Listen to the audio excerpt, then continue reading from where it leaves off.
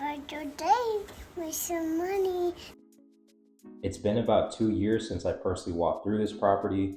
This was my first investment property, and honestly, coming back here felt a little strange. A lot has changed since I bought it, and a lot has changed in my investing journey too. When I first bought this property, I was both excited and nervous. Obviously, it was my first real step into investment real estate, and I remember questioning whether or not I was making the correct decision. At the time, I had never owned a rental property, and I had spent months analyzing numbers, looking at properties, and talking with people who had more experience than I did. And apparently, if you notice, it's been so long that I don't even remember exactly how to get back to the unit.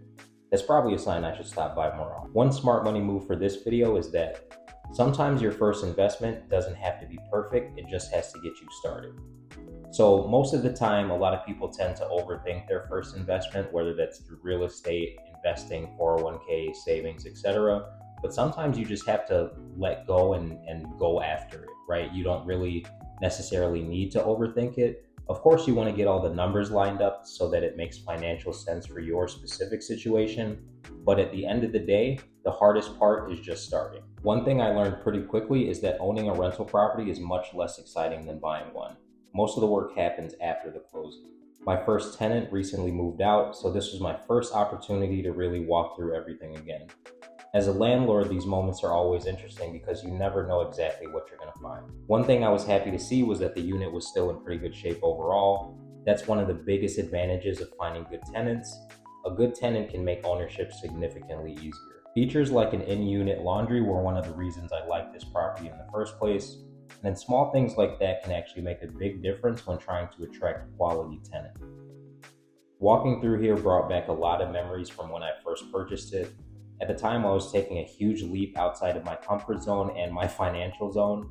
Looking back now, that decision ended up opening the door to everything that came afterward. One thing I've learned through both home ownership and rental ownership is that understanding the major systems of a property matters. The more you know about the property, the fewer surprises you'll have later. This area was one of the biggest reasons I believed in the property. The location, the layout, and the overall potential all made sense to me. Of course, no investment is perfect. There have been repairs, unexpected expenses, and plenty of lessons learned over the years. But if I hadn't purchased this property, I probably wouldn't have bought the next one. Coming back here reminded me how much of investing is simply taking action and learning as you go.